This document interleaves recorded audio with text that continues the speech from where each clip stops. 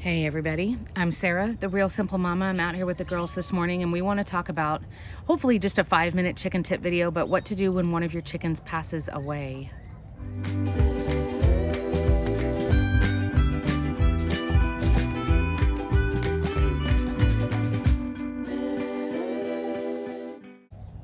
I'm sorry that we're having this conversation, but I hope that you find this video either in preparation, a chicken has not passed away, I just kind of want to learn what Sarah has to say, or if you have lost a chicken, I am so very sorry, but I have a couple of things that I wanted to keep in mind for you that I want you to be thinking about, just to keep your flock healthy, for you to try to learn some things, and also for you to have a memory of your birds. So I have about 4 points that I wanted to talk about, and I'll go through them quickly. So when you find a chicken who has passed away, if it's not, the first thing is we need to figure out why or how they passed away.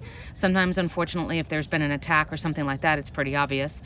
But if it's not so obvious, then it may be necessary for you to do a necropsy.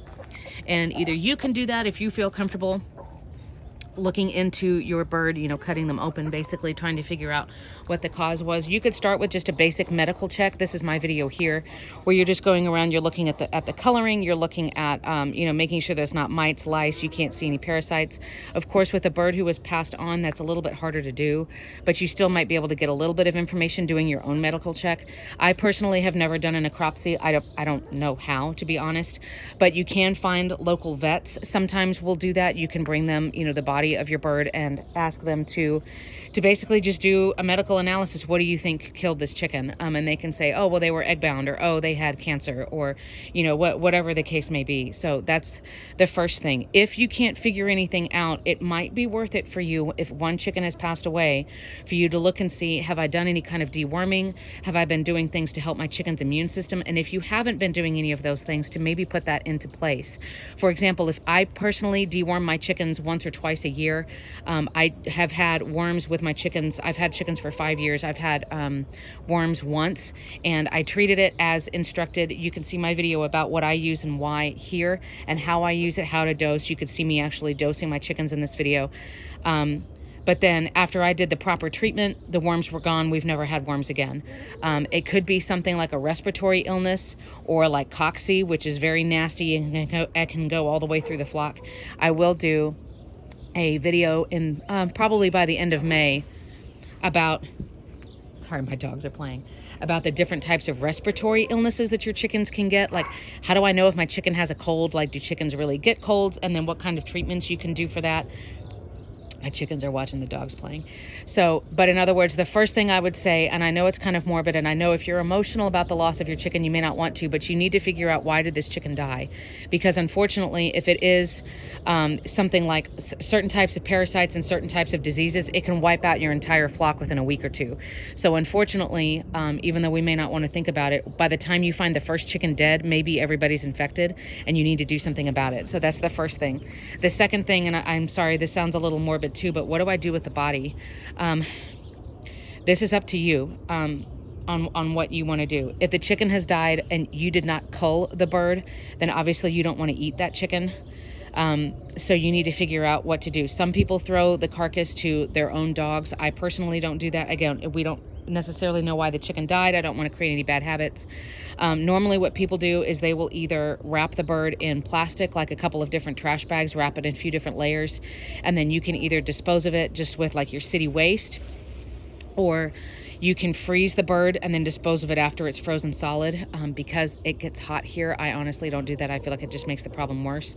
You can choose to bury the chicken if you have the space and you choose to do that. We had a friend lose a chicken recently, and she buried her chicken under the chicken's favorite rose bush where the chicken likes to hang out. I will remind you of a couple of things that, again, that are a little bit morbid. If you have larger predators that can get onto your property, like wolves, foxes, coyotes, I don't know if they would dig that bird back up and try to eat it, and that would be horrific for you. That would be devastating for you. I don't want you to go through that. Likewise, if you have dogs on your property, if you have like your own farm dogs, wildlife, dogs, things like that. I don't know that they would be able to smell it. I don't know if they'd be interested in eating that or not. But if you're going to bury your chicken, I would just be cognizant of the fact that I try to do what you can to keep that bird from being dug back up. I don't know if you want to plant something on top of it or put big stones around it, or maybe put it, outside your property where your dogs can't get to it, right, girlies? So the other things are, as far as you making a memorial and documenting it, I have the Chicken Tenders journal that I have made. You can buy it and print out as many copies, as many pages as you want. So I am documenting, for example, that my bird Blue passed away on May 5th, just so that I have a log in case other goofy stuff starts to happen out here with the flock. I have all of that documented. As far as a memorial, if you choose to do something, you certainly can. Of course, you don't have to do anything if that's not your style, if that wouldn't help you. But I do keep feathers from each of my birds who have passed away. My husband pulls out some of the larger, more beautiful, like the tail feathers or the wing feathers that have not been clipped, and we keep them.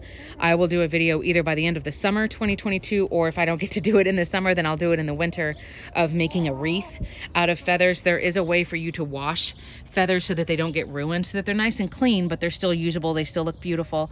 And I'm going to try to find like a wire frame at a hobby store and make a wreath out of all of my chicken's feathers from molting and from those who have passed away. And I think it'll be really cool.